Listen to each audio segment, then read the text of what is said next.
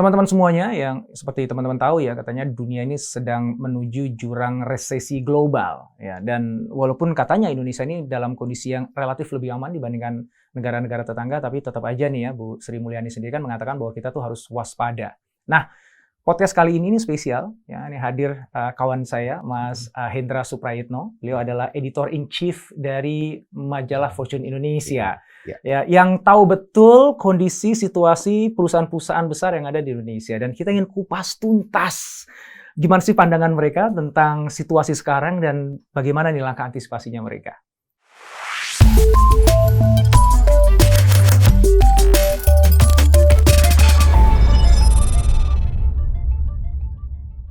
Mas Indra, terima kasih untuk waktunya bisa main ke studio saya. Terima kasih Mas Indra, senang bertemu dengan Mas Indra lagi. Akhirnya bisa ketemu lagi kita ya. Iya. Mas, langsung aja nih Mas. Ini karena saya kan banyak ketemu nih sama teman-teman di koperasi gitu kan ya. Terus saya lihat kayaknya mereka tenang-tenang aja gitu. Padahal kalau kita baca majalah, kemudian kita lihat di internet, itu kayaknya dunia ini gonjang-ganjing gitu Mas, kan resesi. Bahkan kalau kita lihat di perusahaan-perusahaan Amerika sendiri sudah menghentikan merekrut tenaga kerja baru. Jadi rencana mau bangun kantor batal, mau rekrut batal, bahkan sebagian udah mengurangi tenaga kerjanya gitu kan ya. Tapi kok di Indonesia kok anteng-anteng aja itu loh Mas ya. Nah ini menarik, kalau ngomongin startup rame pemecatan itu. Ini korporasi yang kita omongin sekarang nih ya. Nah, kan kalau kita lihat supply chain masih terganggu. Betul. Gitu. Dan itu pasti gak hanya di negara maju dong. Itu pasti efeknya kan ke kita kan. Inflasi di sana tinggi. Ya. Pasti juga ketarik juga ke kita nantinya. Kan konsumer kita udah global sekarang. Perusahaan kita kan udah global gitu ya. Perang Rusia-Ukraina juga ujungnya belum selesai juga gitu. Nggak jelas nih suplai pasokan makanan, bahan baku gitu ya. Dan juga kita baru keluar dari pandemi. Ya, yang mana kan perubahan perilaku lagi itu pasti tuh. Pre-pandemi, masuk ke pandemi, perilakunya berubah. Ya. Sekarang masuk ke endemi, berubah lagi gitu kan. Ini kayak tumpuk-tumpuk gitu Mas situasinya. Dan kalau saya kok agak deg-degan gitu. Tapi balik lagi gitu. Kalau teman-teman itu di korporasi besar tuh apa ya, deg-degan atau ya? Gimana Mas? Ya begini Mas Indra. Gimana ya? Saya mau nanti seakan-akan mewakili para Enggak. Jenengan kan jurnalis. Okay. Ya, siap. Yang teman korporatnya banyak dan pasti pegang data gitu. Iya, nah, itu kalau berdasarkan data-data itu aku mau ngintip tuh apa yang mungkin terjadi di sana. Kalau kita bicara mengenai resesi, Mas, kita perlu artikan dulu apa sebenarnya resesi itu. Resesi itu kan kalau secara definisi paling standar itu adalah ekonomi yang minus selama 2 kuartal berturut-turut. Meskipun dalam perkembangannya itu definisi itu selalu melebar terus, bahwa ada dimasukkan tingkat pengangguran, dimasukkan komponen-komponen yang lainnya. Nah, kalau kita bicara mengenai pertumbuhan ekonomi selama 2 kuartal berturut-turut yang minus, itu kan sebenarnya udah terjadi di Indonesia, Mas. Di tahun 2020, kuartal 2 kita minus 5%, kuartal 3 kita minus 3%, lanjut tuh 1%, akhirnya kita baru bounce back itu rebound di kurang lebih di kuartal 1 2021, atau kuartal 2 2021. Nah, kalau yang artinya resesi itu sudah terjadi di Indonesia dan kita sudah lolos.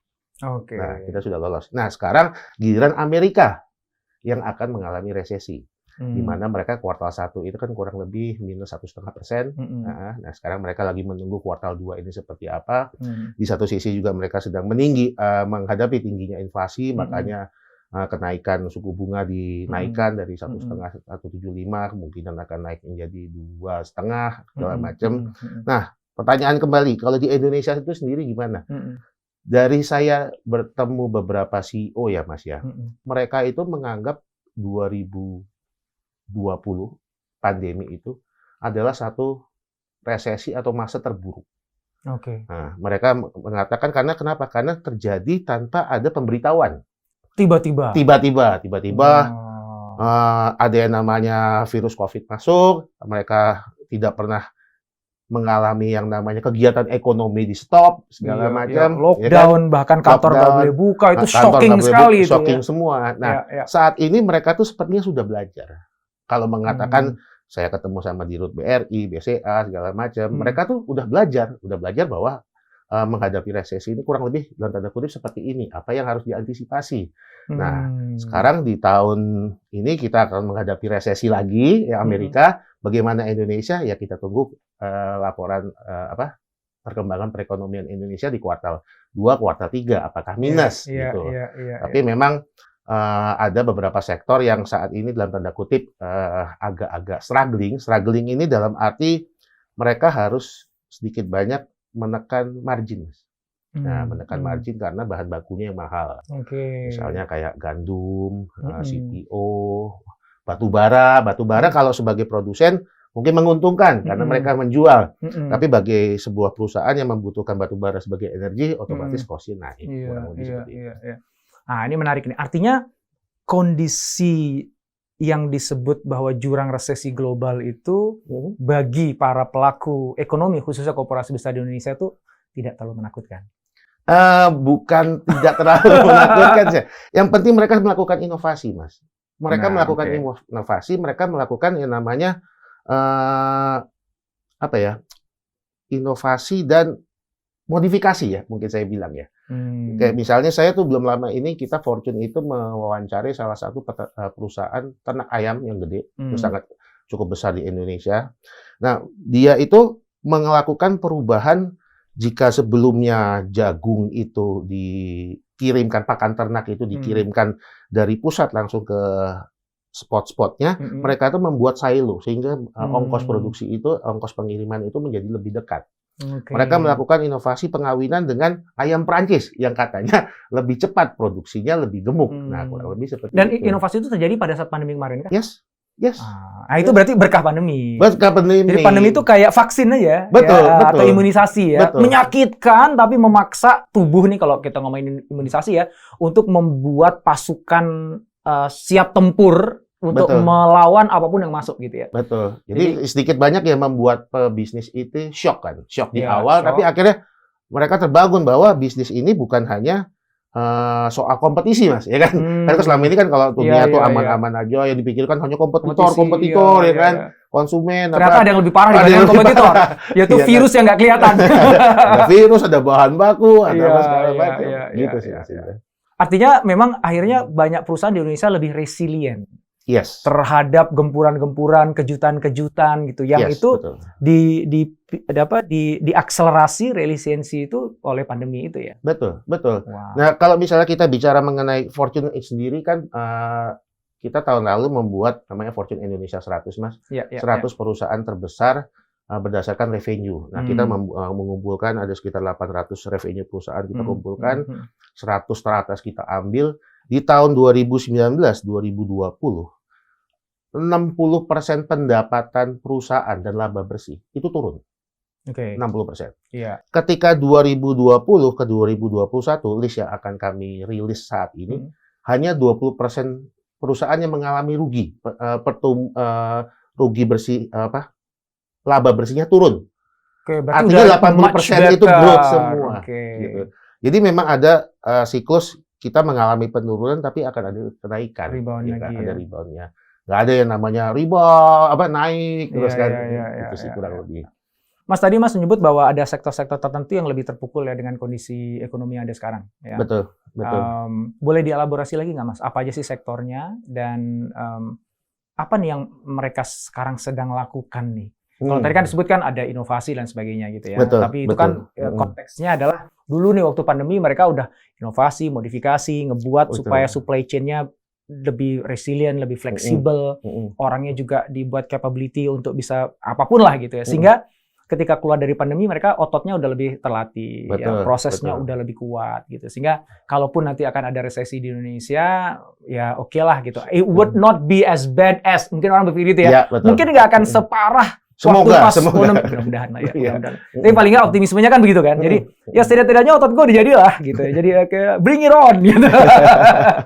Nah, tapi memang ya sama kayak waktu pandemi kan. Pandemi kan juga ada sektor yang diuntungkan, ada yang nggak diuntungkan. Betul. Kan, ya. Dan misalnya untuk pariwisata misalnya sekarang, itu kan sekarang udah mulai ya rebound. Tapi kan tetap aja dia harus nutupin kerugian sekian lama, rekrutmen ulang dan sebagainya, hutang yang numpuk kan pasti kan juga suffer dong. Artinya kan dia rentan terhadap resesi sebenarnya. Iya, betul. Ya, dibandingkan industri yang lain misalnya. Betul. Nah, ini balik lagi dalam konteks resesi global, ya, apa aja sektor yang ada di Indonesia nih, sektor industri apa aja Mas yang rentan terhadap gonjang-ganjing resesi itu ya. Walaupun mungkin sampai Indonesianya efeknya nggak separah di Amerika misalnya, tapi tetap nih langsung goyang duluan dia gitu. Iya, betul.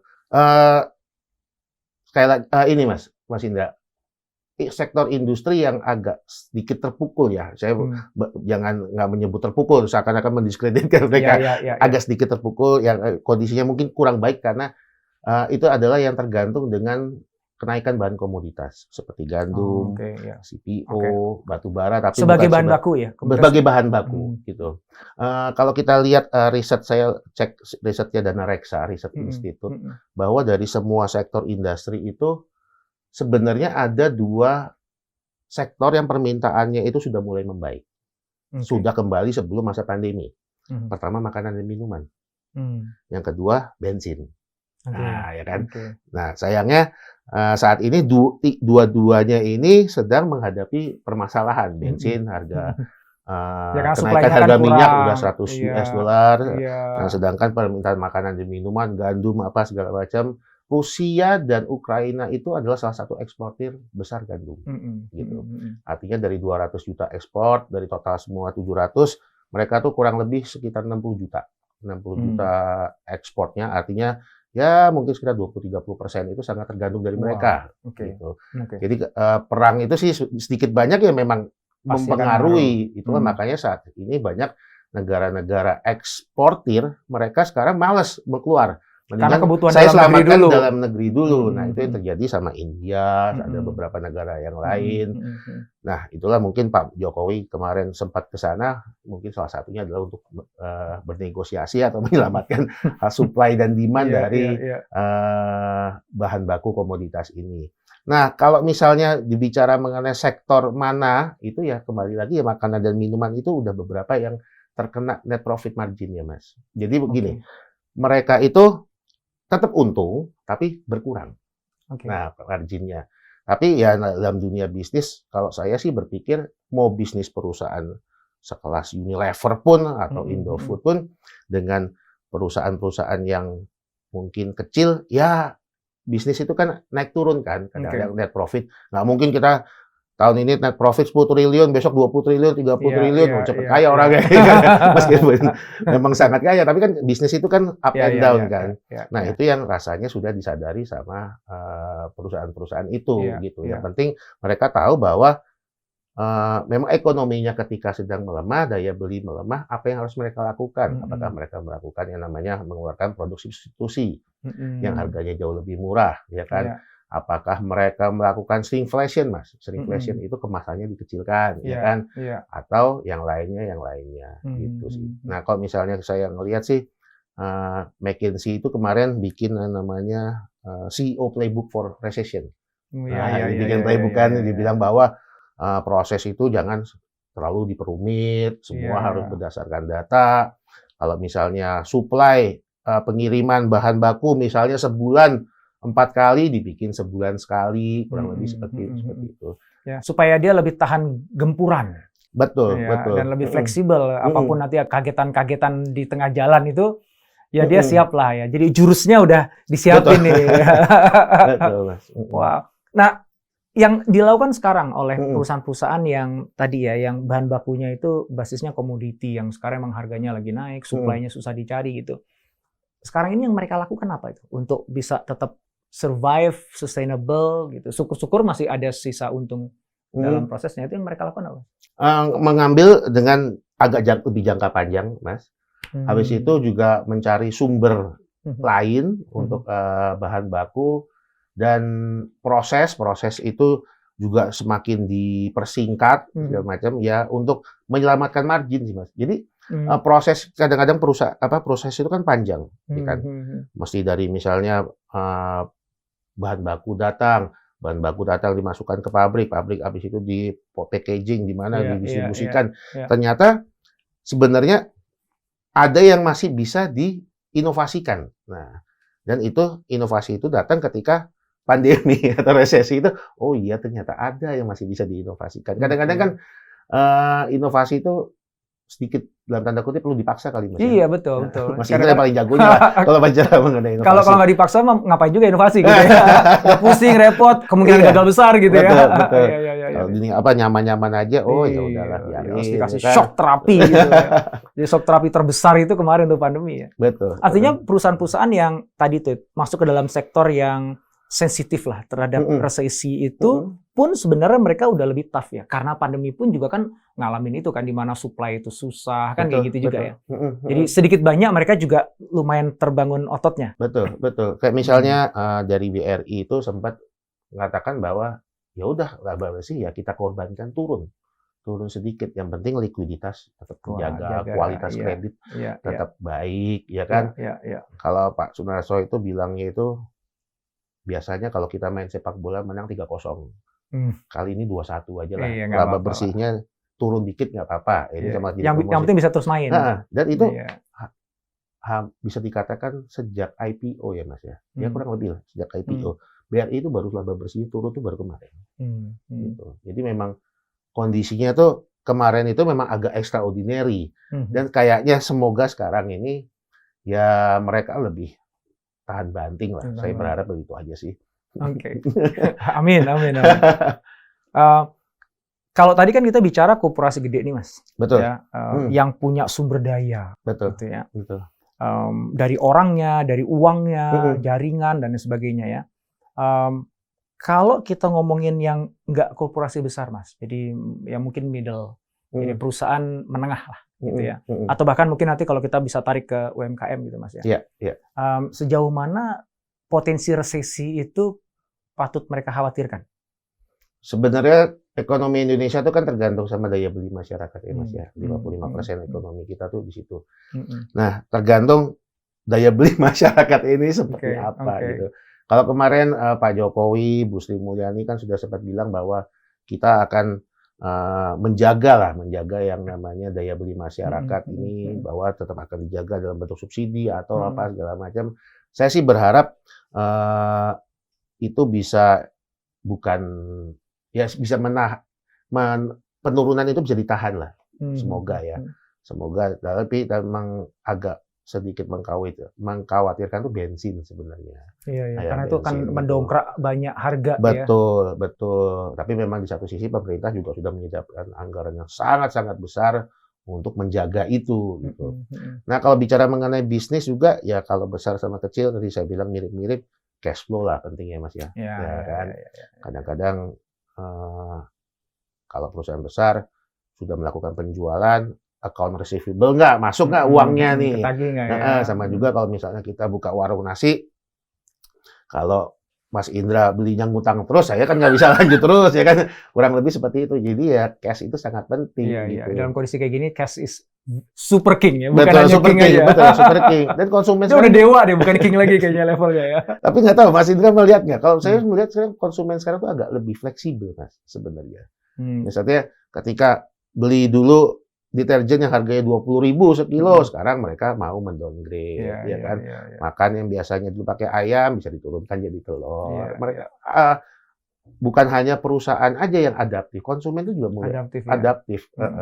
Nanti begitu mulai kaya lagi, nambah lagi telurnya ditambah ya 2. Betul. Gitu ya. Ayamnya dibuat lebih mahal. Saya ngeliat konsumen itu sangat smart, Mas. Misalnya kan kemarin ketika tahun 2020-2021 pemerintah kan memberikan subsidi tentang mobil, ya kan, pajak kita kurangin apa segala macam, penjualan mobil langsung bagus tuh. Padahal di tengah pandemi ya. Nah, artinya kan mereka punya duit, nunggu diskon ya kan. Dan begitu pas itu dicabut kan khawatir akan drop turun ya. Ternyata nggak terlalu signifikan. Nggak terlalu signifikan, meskipun memang kan penurunan masih bertahap kan. Tapi orang-orang ini masyarakat pintar gitu. Saya menahan dulu pembelian. Ini ada kesempatan, ya kita beli ya pasti. Dan memang kan ekonomi Indonesia tadi disebut ya, kan lebih dari 50% itu kan marketnya market domestik ya. Betul. Jadi duit itu berputar di negeri kita sendiri aja, which itu bagus ya. Yang produksi kita, yang beli juga kita ya. Ekspor cuma 30% katanya. Jadi ketergantungan kita terhadap lingkungan luar itu segitu. Walaupun import banyak juga tuh Mas ya. Iya, import juga banyak. Tapi dengan kalau misalnya nanti rupiah seandainya melemah terus, kan otomatis ongkos impornya juga mahal. Siapa tahu ada barang substitusi, mereka lebih mengandalkan apa. Pemerintah sebenarnya kalau saya lihat udah mulai mempersiapkan kok, makanya mereka bikin smelter, industri hilir itu semakin digenjot. Tapi ya mungkin belum lah, proses lah Mas ya. Time itu ya kan bukan kayak mesin ATM diambil pencet langsung keluar kan, ada prosesnya. Iya. Gitu biasanya orang nggak sabar. Kan krisisnya sekarang lo buatnya itu baru jadi itu 5 tahun lagi gitu. Orang kayak misalnya sekarang suku bunga Amerika besok dalam minggu depan ini mau naik atau enggak. Dampak ke Indonesia itu kan masih nunggu dulu, kan. Nanti misalnya nih kuartal 2 mereka tuh minus, kuartal 3 minus, nah nanti baru tuh masuk ke Indonesia. Dampaknya itu baru kerasa di Indonesia. Itu salah satu enaknya jadi orang Indonesia ya. jadi kita dikasih fur sebenarnya. Ya. Di sana udah kejadiannya rame, sekarang kita udah tahu, wah bakal kejadian nih gitu ya. Jadi kita bisa siap-siap dulu, karena nyampenya agak telat sampai Indonesia gitu ya. Makanya itu juga kejadian kan ketika ekonomi Amerika pas tahun 2020 itu udah mulai rebound, Indonesia kan masih lambat kan. Iya. Mereka kan akhirnya ngikut juga. Ngikut juga pasti ngikut juga. Gitu sih. Wah, balik lagi ngomongin yang korporasi gede dulu nih ya, teman-teman di sana. Tadi kan disebut bahwa ternyata yang nyelamatin mereka waktu pandemi itu kan inovasi. Betul. Jadi kecepatan mereka dalam beradaptasi, memodifikasi proses bisnisnya, bahkan produknya, ya. Apakah menurut Mas Hendra itu mereka harus memodifikasi kembali apa yang sudah dimodifikasi saat pandemi, nah, kan gitu kan?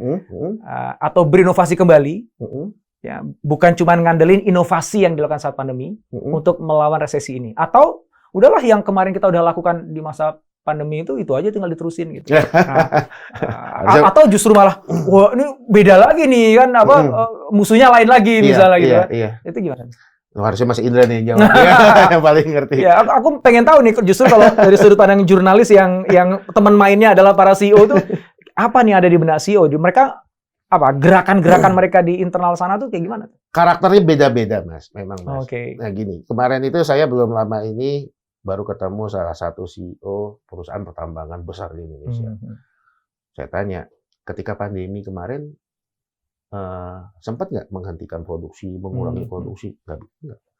Saya tidak peduli harga jual pertambangan saya ini mau naik apa mau turun, saya tetap produksi terus. Tapi di satu sisi ada perusahaan yang ya kita stop dulu. Habis itu ketika permintaan balik, mereka nggak bisa ngejar kapasitasnya segala macam kan. Nah itu tergantung keputusan CEO-nya masing-masing sih Mas. Tapi sih kalau apakah yang kemarin inovasi itu harus disempurnakan atau membuat inovasi baru, Mas Indra yang harus dijawab. Kalau gini gelagat-gelagatnya nih gitu ya. Kan waktu pas lagi pandemi itu kan udahlah pasti udah teriak lah, kepepet kan, terpaksa, dipaksa inovasi, cari cara, agak liar juga, seradak suruk serana sini nggak apa-apa, yang penting pokoknya gerak, pasti nanti ketemu juga ujungnya. Gitu. Betul. Nah, begitu pas sudah ketemu, udah mulai bisa adaptasi, sekarang memasuki endemi agak lain lagi gitu kan, customer-nya udah beda perilakunya, ada serangan inflasi dan lain sebagainya gitu. Apakah gelora inovasi itu ya, atau yang kalau waktu pandemi kan dipicu oleh keterdesakan. Jadi kamu nggak punya pilihan, kamu harus inovasi. Betul. Nah, sekarang itu udah keluar dari pandemi nih. Ya, makanya tadi aku mengawali obrolan kita ini kan dengan, kok kayaknya tenang-tenang aja sih kan gitu kan. Maksud aku apakah di teman-teman di korporasi itu kayak, udahlah kita kemarin udah inovasi, udah cukup lah, badan kita udah kuat, tenang aja nggak usah inovasi juga kita bakalan lewat kok resesi gitu. Atau mereka juga ada kita harus inovasi nih, kalau nggak ini kan lain situasinya nih gitu. Ya kalau ngintip di sana-sana itu kegelisahan atau dorongan untuk inovasi itu masih terus bergelora atau malah berkurang karena merasa udah keluar dari krisis gitu. Masih sih, Mas. Human tuh kan gitu kan. Betul. Udah keluar dari krisis susah gitu kan. Masih ada? Masih, Mas. Masih bergelora. Itu bagus tuh. Soalnya kan harusnya kan di situ. Setidaknya kan mereka kan harus mengikuti perkembangan permintaan konsumen ini kan, Mas. Nah, itu kan kalau konsumennya tuntutannya semakin tinggi ya otomatis sebagai produsen kan harus mengikuti apa mau konsumen kan. Lebih seperti itu. Oke. Kan majalah Fortune Indonesia ini kan bagian dari Fortune, majalah Fortune yang global ya. Iya, betul. Artinya kita bisa dong sebenarnya mengkomparasi gitu ya. Apa yang dilakukan oleh korporasi di Indonesia berdasarkan datasetnya Fortune Indonesia dengan apa yang dilakukan oleh korporasi di dunia nih. Iya, betul. Kan gitu kan ya. Adakah perbedaan Mas tentang aku mungkin mundur dulu ke masa pandemi dulu sebelum yang sekarang ya. Berdasarkan data set dan pengamatan teman-teman di Fortune Indonesia, melihat gelagat perilaku dan proses yang dijalankan oleh teman-teman di korporasi Indonesia itu pada saat pandemi masuk tuh dibandingkan dengan korporasi-korporasi besar di dunia, ya itu ada perbedaan nggak, Mas? Perbedaan ini kalau menurut saya mereka dari kacamata saya pribadi ya, justru malah tidak terlalu berhati-hati, Mas. Yang mana tuh? Yang Indonesia atau yang global? Yang global. Oh, iya, menurut saya ya, menurut saya. Makanya itu kan karena kan pas waktu itu kan mungkin ada era dana murah, ekspansi. Jadi mereka bisa dikatakan lebih beruntung karena dananya lebih murah, stimulusnya sangat besar, mereka bisa melakukan apa aja.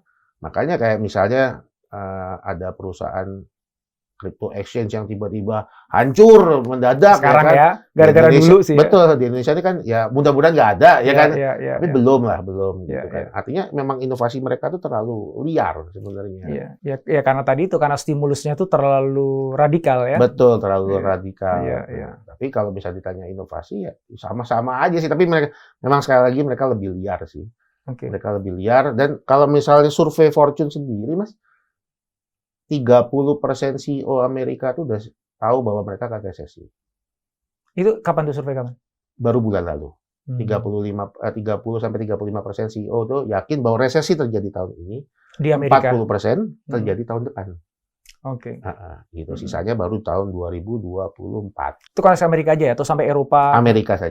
Amerika saja. Jadi memang ya sama-sama kita. Mereka juga kinerjanya mulai terasa nih sekarang di kuartal 2 mulai turun apa segala macam. Ya kita lihat aja. Oke. Kalau dari sisi inovasi, Mas, ini aku karena itu area aku kan di situ, Mas ya. Cara perusahaan-perusahaan besar di Indonesia berinovasi, ya, dengan perusahaan-perusahaan besar di global berinovasi itu beda nggak, Mas? Aku kurang tahu nih, Mas, kalau yang di global ya. Kalau yang di sini sih rasanya sih mereka udah cukup agile ya untuk melakukan inovasi ya. Maksudnya adalah inovasi, mereka tahu bahwa permintaan konsumen seperti ini, kita harus menjawab seperti apa, walaupun mungkin dalam arti prosesnya itu mungkin yang awalnya panjang akan semakin dipersempit ya kan, agar nanti jangan sampai produk yang muncul karakter konsumennya sudah berubah lagi nih, gitu. Kalau di luar sih aku kurang tahu pasti sih. Iya. Tapi intinya Indonesia itu bisa dikatakan kalau Mas Hendra tadi bahwa korporasi di kita tuh udah lumayan mulai mengadopsi pendekatan yang agile, paling nggak punya kesadaran untuk itu, gitu ya. Dan sudah mulai ada eksperimentasi, uji coba gitu. Dan salah satu pemicu terbesarnya adalah pandemi kemarin. Iya, betul. Dan, kayak misalnya ini, Mas, kemarin Fortune itu juga baru tulis sebenarnya ini masalah yang harusnya kalau dalam tanda kutip ekonomi ini baik-baik saja, akan dihadapi oleh seluruh perusahaan di Indonesia, mengembalikan karyawan kembali ke kantor. Nah, ya kan. Nah, itu kalau misalnya Fortune itu pun menulis, bahkan perusahaan sekelas Google pun kesulitan. Yang mereka awalnya katanya perusahaan teknologi digital yang katanya boleh bekerja di mana saja, ya kan. Mereka terus bahkan sampai membuat sebuah gedung khusus dengan fasilitas yang banyak, dengan yang sangat luas, bahkan mendatangkan artis untuk konser agar karyawan itu mau datang ke sini, ya kan? Nah, sebenarnya kan kalau kita bicara mengenai Indonesia, ya sama-sama aja kan. Siapa tahu nanti perusahaan A yang lebih besar pengen mendatangkan karyawannya karena pandemi sudah selesai, ayo mari kita bekerja kembali di kantor, akan mengalami kesulitan. Tapi ini sebenarnya problema perusahaan itu sama-sama aja. Dimanapun mereka berada, gitu ya. Sama-sama. Cuman yang satu mungkin lebih terkenal secara globally, yang satu terkenalnya di Indonesia. Masalahnya ya nggak jauh dari karyawan, cash flow, proses, utang, penjualan, laba bersih, ya kan kurang lebih situ kan. Oke. Gitu. Mas, apa sih Mas menurut peneropongan Fortune Indonesia ya, yang akan jadi isu hot nih untuk korporasi di semester 2 ini nih, sampai akhir tahun ini? Boleh dong, bocorin dong. Nanti kalau baca lengkapnya harus beli majalahnya ya. Tapi teasernya dulu aja. Ya ini Mas, saya ngelihat sih pengusaha-pengusaha di Indonesia itu udah tahu lah apa yang namanya tantangan, kesempatan. Kalau Mas Indra ngelihat akhir-akhir ini juga fenomena dunia, Mas, akuisisi, Mas. Ya kan, ketika ekonomi melambat, ada perusahaan kesulitan uang, kenapa nggak kita beli aja? Iya, ya mumpung kan? mumpung lagi murah nih jualnya. Bener. Jual rugi dia itu. jual butuh ya. Misalnya grup Astra baru mengakuisisi bank, grup GoFood mau mengakuisisi jalan tol, ya kan? Habis itu ada bank di Jepang mau mengakuisisi bank di Indonesia. Ya, jadi akan ada merger and acquisition ini mungkin akan menjadi tren ya, menjadi tren lagi karena yang punya uang, ini kesempatan ini waktunya yang baik ini. Dan itu sebenarnya juga terjadi di luar kan sebenarnya kan. Gitu sih. Berarti market akan lebih consolidated nanti ya? Akan berputar-putar pada dia lagi. Ya, jalan pintas, Mas. Iya.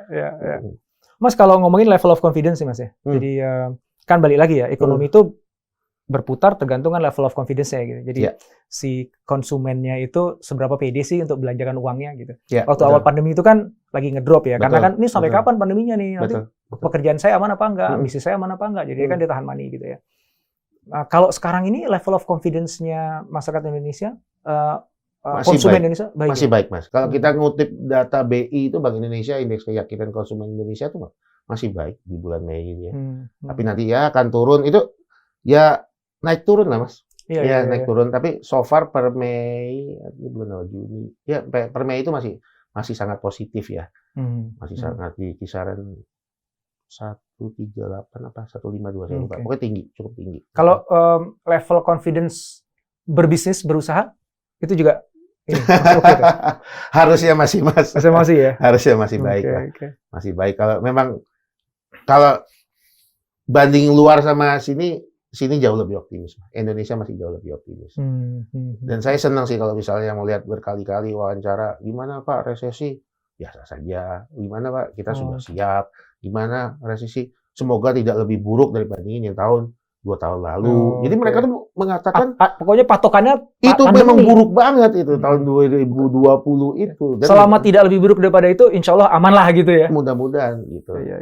Tapi kan memang sekarang inflasi tinggi. Oh iya dah, artinya Amerika, The Fed akan menaikkan suku bunga, Bank Indonesia mungkin akan menyusulnya, tapi kan pengusaha sudah tahu, oh ya suku bunga akan naik, ya. Oh batu bara ini lagi naik, oh bentar lagi mungkin perang Ukraina selesai, apa itu semua itu bisa terprediksi gitu kan. Tidak seperti pandemi, virus COVID ya kan tiba-tiba lockdown apa segala macam gitu sih. Artinya apa yang terjadi sekarang walaupun itu merepotkan, tapi pernah terjadi sebelumnya, dan kita bisa belajar dari situ, sehingga kita bisa membuat rangkaian skenario gimana antisipasinya. Dibandingkan COVID, yang kejadian terakhir itu 1 tahun sebelumnya. Yang dunia tuh beda banget itu, sehingga kita nggak mungkin bisa punya langkah antisipasi, dan itu pun sudden banget kan kejadiannya kan. Kalau yang sekarang ini kan, inflasi kan sebenarnya udah keprediksi gitu kan. Perang juga, bibit-bibitnya udah mulai kelihatan kan gitu kan ya. Iya. Krisis ekonomi 2008 sudah mereka masih mengalami, para CEO C-level ini kan sempat merasakan tahun 2008 yang krisis subprime segala macam. Jadi ya mereka mungkin saya masih ingat kok mungkin ya caranya seperti ini gitu sih. Ini senang banget ini podcast ini membawa optimisme ya ekonomi. Biar nggak negatif mulu. Iya. Makanya aku bilang, ini kenapa kok tenang-tenang aja ya? Paling nggak aku udah tahu jawabannya. Gitu, dan mudah-mudahan tenang-tenang itu nggak justru ngebuat lengah ya. Iya, betul. Karena kan balik lagi kan, walaupun tidak seburuk pandemi, tetap aja kan akan bisa punya efek kan. Betul, gitu betul. Dan yang jadi pertanyaan kan gini, ya kamu tenang-tenang aja. Tapi kalau pesaing kamu sekarang lagi genjot inovasi, lagi cari peluang, kamu tenang-tenang aja ya. Selesai loh kamu loh kan gitu kan. Jadi kata tenang-tenang aja itu mungkin dudukannya adalah gini, jangan panik. Iya, betul. Tapi keep innovating. Yes. Nah, justru di balik krisis ini pasti ada peluang-peluang baru yang terbuka nih. Kayak waktu pandemi itu pun ada peluang-peluang baru yang terbuka kan yang nggak kelihatan gitu kan. Betul. Gitu. Jadi juga mereka kan bukan tenang itu dalam arti tetap fokus ya Mas ya. Fokus data diliatin apa segala macam. Saya tuh pernah ngobrol sama salah satu CEO bank besar, Mas. Bapak memimpin perusahaan ini punya target nggak 5 tahun? atau mungkin 10 tahun. Dijawab. Jangankan 5 tahun, 10 tahun, itu kondisi udah sangat berubah. Target saya itu bulanan, Mas. Bahkan per minggu atau per hari. Karena data itu terlalu berubah, terlalu cepat.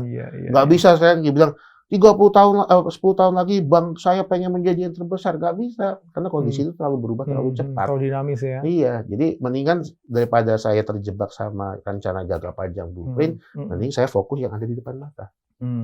Gitu. Oke, terakhir nih Mas, kan sebagai jurnalis ya atau institusi yang memang fokusnya adalah mengamati fenomena yang ada di industri ya, khususnya di perusahaan-perusahaan besar. Dan global ada, di Indonesia ada, lokal kan pasti kan punya data yang cukup panjang tuh Mas, historical data ya. Jadi kita kalau mau ngambil penelitian longitudinal gitu ya, selama rentang 5, 10, 20 tahun itu enak banget tuh, misalnya kerjasama sama Fortune Indonesia. Siap, gitu Mas. ya. Siap. Nah, apa nih yang insight yang didapat oleh Fortune ya? Atau mungkin whoever yang pernah mengkaji menggunakan datanya Fortune gitu ya. Kan kita kan krisis ini kan bukan sekali dua kali kan kejadiannya kan. Itu terjadi over time berkali-kali gitu. And yet ada tuh perusahaan yang dia mau krisis gimana pun juga lempeng aja tuh, malah makin naik gitu. Iya, betul. Tapi ada yang krisis sedikit goyah. Iya, betul. Bahkan mati gitu ya. Nah, apa sih Mas berdasarkan set data yang longitudinal tadi itu ya, yang membedakan antara perusahaan-perusahaan yang dia digempur krisis gimana pun juga, dia tetap akan terus bukan yang survive ya, bahkan thrive. Ya, from crisis to crisis. Dari satu krisis ke krisis lain bahkan malah hebat gitu. Dibandingkan yang lain yang justru malah suffer. Itu apa Mas yang Mas bisa tangkap? Fundamental pasti lah Mas ya, fundamental keuangan segala macam. Konsumen Mas, kepercayaan konsumen. Memang perusahaan itu kalau sudah ditinggal konsumennya sudah kelar, betul. Makanya kalau misalnya saat ini perusahaan sedang menghadapi resesi atau bahkan jangan terjadilah krisis lah itu jangan terjadi resesi. Ya sekarang tuh berkorban dikit menekan-nekan net profit margin itu yang dikit nggak apa-apa lah. Karena itu jauh lebih baik dibandingkan dia menutup usahanya dan memulai semua dari nol. Karena untuk membangun yang namanya trust, membangun kepercayaan, membangun lagi image, reputasi itu sangat-sangat sulit. Nah, makanya tadi kalau misalnya pertanyaan Mas Indra, kalau misalnya fundamental perusahaan itu bagus, cash flow-nya bagus, dia sangat dipercaya masih sama konsumennya, ya mudah-mudahan. So keeping the customer is more important than keeping the profit margin. Sometimes perlu sacrifice lah Mas. Iya. Karena kita mainnya the long game dong. Betul. Ya, nggak apa-apa kita untungnya kurang dikit, tapi customer tetap percaya dengan kita gitu. Customer tetap rely on kita, tetap beli produknya kita gitu. Jangan sampai nanti kita maksain malah dia kabur, susah lagi kan. Acquiring customers kan lebih susah lagi gitu ya. Betul. Ya untung banyak terus-terusan ya sulit ya Mas ya. Oke. Artinya berarti ini kesimpulannya nih kalau dari yang tadi Mas sampaikan tadi itu mungkin sama dengan yang saya sering ngomongin ke teman-teman semuanya ya. Sebenarnya ini terjadi di kondisi global apapun juga, kondisi ekonomi apapun juga. Karena ini kayak basic filosofinya dari sebuah bisnis gitu. Apalagi ketika kondisi krisis atau naudzubillah misalnya ada resesi itu. So the best strategy is follow your customers. Yes. Gitu. Ya, di mana customers pergi, ternyata waktu pas pandemi gitu ya, orang nggak bisa keluar rumah gitu. Jadi gimana dia bisa makan di restoranku? Ya sekarang ada di mana customermu di rumah? Ya udah. Restoran kamu harus bisa sampai ke rumahnya dia kan gitu. Betul. Wah sekarang ternyata orang spending habitnya agak beda. Bedanya kemana? Uangnya digerakin kemana? Ya lu ikutin aja uangnya perginya kemana kan gitu kan ya. Dan yang pasti juga menjaga kepercayaan mereka kan. Oh iya obviously. Jangan mentang-mentang kita mau nyari profit margin, sampo yang harusnya busanya banyak, jadi busanya dikit kan. Iya itu kan menodai kepercayaan. Betul. So, senang banget sekali lagi ini. Jadi saya paling nggak dapat jawaban dari pertanyaan besar saya itu. Kenapa kok tenang-tenang aja ya? Walaupun dengan catatan Mas ya. Ya, dengan catatan ya Mas. Tenang-tenang itu artinya jangan panik, tapi selalu aware. Yes, ya, aware. Selalu siap sigap dan jangan berhenti berinovasi. Betul. Karena tetangga kanan kirimu tuh lagi gerak inovasinya lagi kencang gitu ya. Dan yang kedua adalah customers itu key-nya. Jadi kondisi krisis apapun juga, selama kita masih punya customer, kita masih bisa hidup. Betul. Ya kan? Nggak krisis, nggak punya customer, nggak hidup juga, kan gitu kan? Betul. Iya kan? Gitu. Betul sekali. Nah, jadi kuncinya ada di situ ya. Mas, thank you banget. Saya belajar Terima banget kasih, nih Mas Indra. hari ini. Mudah-mudahan nanti kita bisa ngobrol lagi. Pasti. Thank you, Mas ya. Anytime, Mas. Thank you.